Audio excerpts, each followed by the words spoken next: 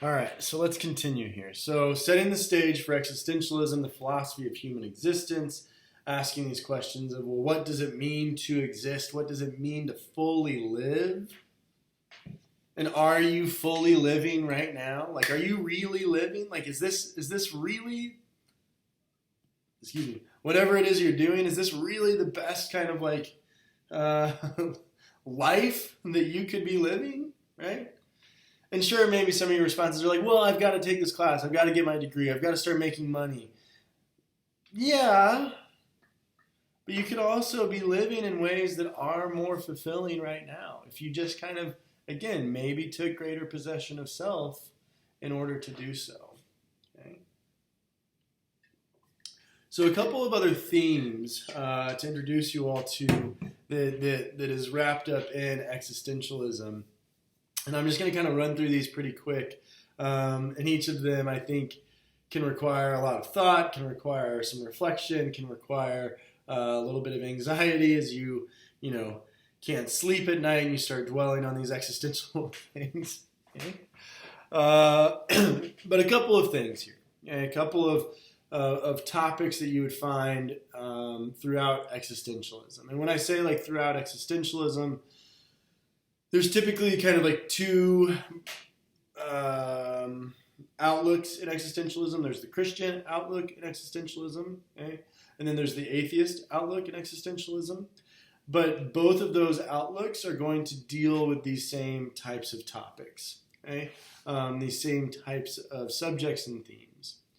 So the first thing to bring up as it relates to, again, what's in existentialism is there's a focus on the individual, okay? And this is an interesting move where all the existentialists are keenly aware of the fact that all of us exist in and around and with others, okay? That we clearly exist kind of depending on others and others depending on us, so we have to like account for that. But the existentialist and existentialism focuses particularly on the individual, right? The individual self. Like, what does it mean to be an individual? How much kind of power do we have really over our own lives? Which is, in fact, for the existentialist, much more power than we realize or would like to admit, right? And so there's this focus on the individual first and foremost, okay? Where this idea that again, all of us kind of go through the motions, we do what others tell us, we probably just, again, we do what others tell us, and we just kind of like go through the motions. And to take greater possession of self, one has to be first willing to do that, and the focus is on the individual in that space. Okay? So all existentialist philosophy, and this will be true tomorrow when we start to get into Jean-Paul Sartre, focuses first and foremost on the individual, okay? And then the individual as it relates to the collective, okay? Another theme as it relates to existentialism, which again we'll see with Sartre tomorrow, is the question of like, how free are we really? Okay, so the topic of freedom, right? And when we think about freedom, and not just like American freedom, but like when we think of freedom, like real existential freedom, how free are we really, right? And the extent that we think we're free, how does that inform our decisions? How does that inform our actions? How does that inform what we think is possible as it relates to our own existence? Right? And so this question of, again, if I'm always just doing what people tell me to do, and I think that I don't have any agency in that, if I don't have any freedom in that, then maybe I'm not living as fully as I could. Right? And so thinking about this in terms of, again, how free are we really, and how do, if at all, we take that freedom properly on board? Okay? Another topic for existentialists, and this one's kind of a little bit strange, but for both the Christian and the atheist existentialist, there's this focus on what's known in the existential world. There's this focus on the absurdity, okay? And that existence, in a very real way, might be pretty absurd, right? The fact that, again, you can have various explanations to like why we're here. Maybe that's a religious kind of explanation. Maybe there's a divine intervention. Or maybe, right, we're just here. We evolved. We showed up, right? And it's really hard to kind of explain in the first place why we're here doing what it is we're doing. And that becomes a bit absurd, right? And so there's this question throughout existentialist philosophy of like, how do we live in what's known as the face of the absurd? That existence itself might just be absurd. Like all of this really might not matter, right? Everything we're doing on a grand, universal scale might not matter. And yet, it feels like it does matter, right? So one thing that I love, like with existentialism, is there's kind of this thought of nothing mattering and everything mattering. And so how do we live, again, in that face of the absurd? How do we live? How do we face the fact that, like, our existence, right? And, like, how would all of our existences be changed were it to be the case that we weren't, that we were born to a different set of parents in a different country with a different belief structure, right? That maybe, again, things aren't as fixed as we'd like to believe.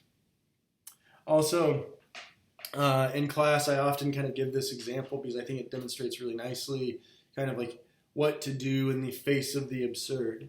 Because a lot of us, and myself included here, right, we put a lot of weight on things mattering, right? We put a lot of weight on existence mattering, right? Which is all well and good, okay? But this idea here of the absurdity of existence, I think can be demonstrated really nicely in the following question, right? That a lot of us would really like to think that like what we're doing matters, right? And we want, especially if you want children, right, to leave a legacy for your children, leave a good world for your children, right? And let your, for future generations, right? Really do some good work here, okay? And this idea that we're trying to leave like an impact, we're trying to leave a meaning within the world, right? On the world, okay? But here's a question for you.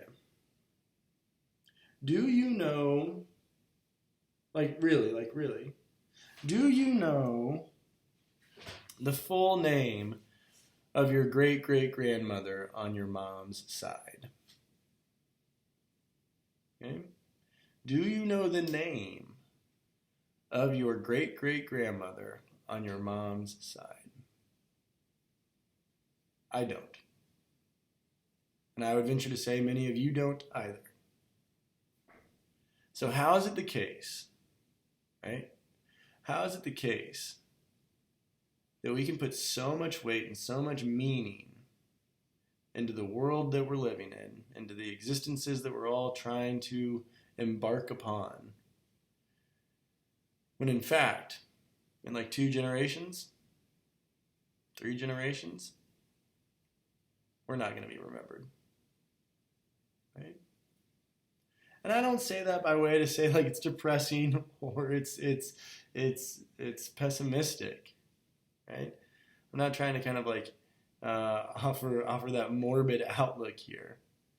But what I am trying to demonstrate with that question is the fact that a lot of us, right, put so much weight, put so much emphasis and so much of all of this mattering, and we get hung up on all these little things sometimes, right? But really, we're just going to be dust in the wind one day, right? So how do we live kind of in the face of the absurd, right?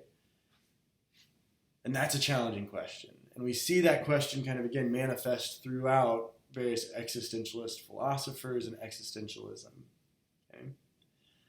Another topic within kind of the existentialist lens, okay, is this question of authenticity, right?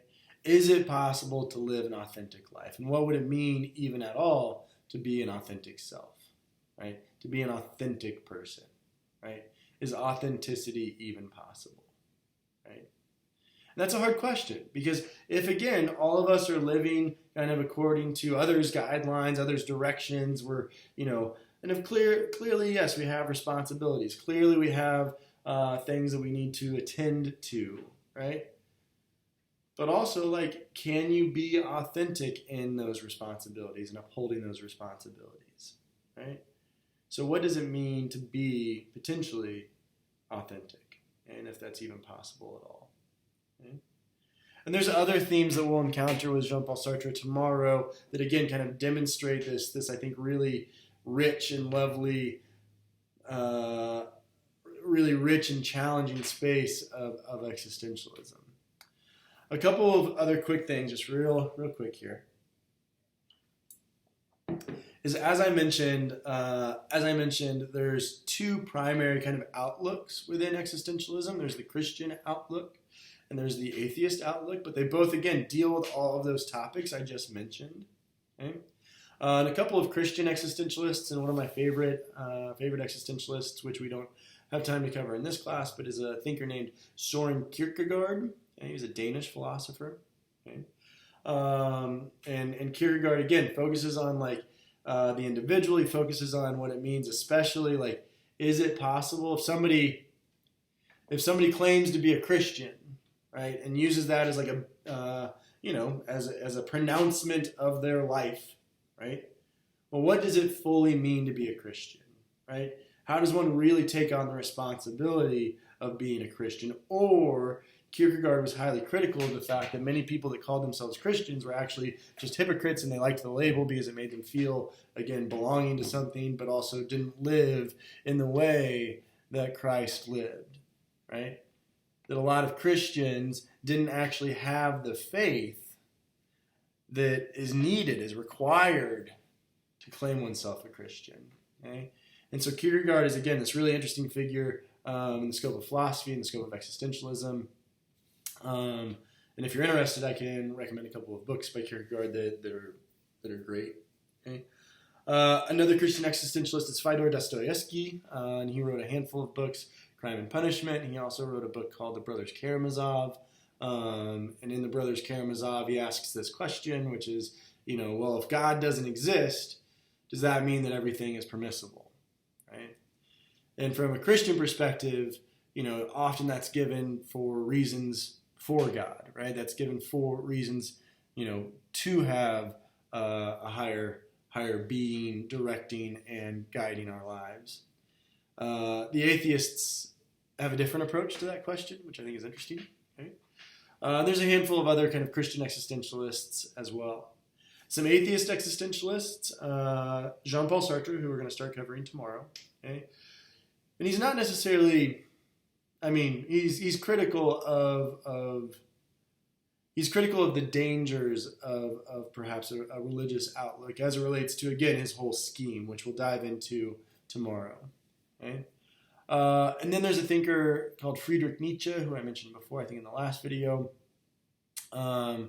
who's Nietzsche is a very interesting figure within the scope of Western philosophy. But one of his main aims is to really try to encourage us to become more of who we are. Okay? That, in fact, all of us kind of, suppress ourselves in ways that are existentially limiting. Okay? And so Nietzsche is really encouraging to and for us to, again, take greater possession of self. And then a third thinker is somebody named Albert Camus. He was Algerian. And he wrote a handful of books, including one called The Stranger, which, if any of these topics sound of interest to you, I highly recommend The Stranger. It's a short, little, about 110-page book, and it deals with themes on absurdity, on the individual. In the last 10 pages of the book, there's a really verbose dialogue between a priest and the main character. So, again, a really, really great book.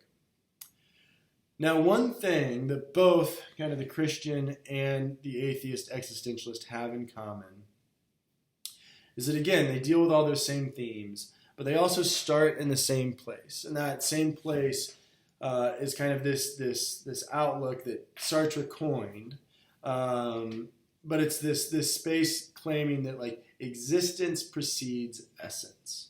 Okay? And Sartre is going to make the claim that like in order for our world, in order for us, in order for existence to have any meaning, we first of all have to exist. Okay?